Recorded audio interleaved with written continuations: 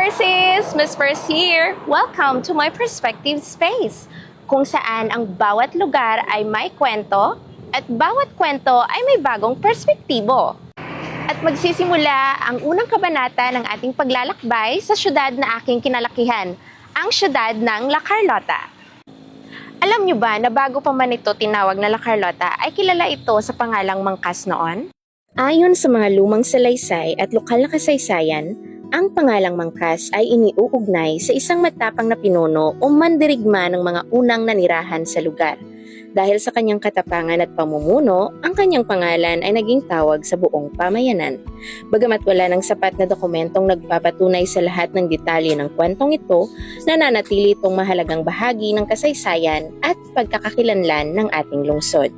Pagdating ng mga Espanyol, binago ang pangalan ng lugar at tinawag itong Simangkas, na naging isang maunlad na pamayanang pang-agrikultura. Noong Oktubre 15, 1869, kinilala ang Simangkas bilang isang ganap na bayan.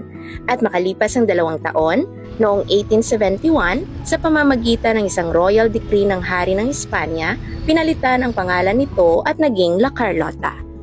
Ayon sa opisyal na kasaysayan, ang pangalang La Carlota ay binigay bilang parangal sa mga Carlistas, isang pangkat ng mga taga-suporta ni Haring Carlos ng Espanya. Mula sa pangalang Carlos ay nabuo ang pangalang Carlota na siya nang naging opisyal na pangalan ng ating bayan. Isa ring kilalang alamat na nagsasabing ang pangalang La Carlota ay hango kay Doña Carlota, isang mabait at mapagkawang-gawang babae na asawa ni Don Enrique.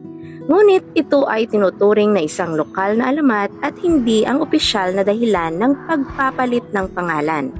Hanggang sa ngayon, bagamat opisyal na itong tinatawag na La Carlota City, nananatiling buhay sa alaala ng marami ang pangalang Mangkas, isang paalala ng mayamang kasaysayan, kultura at pinagmulan ng ating lungsod.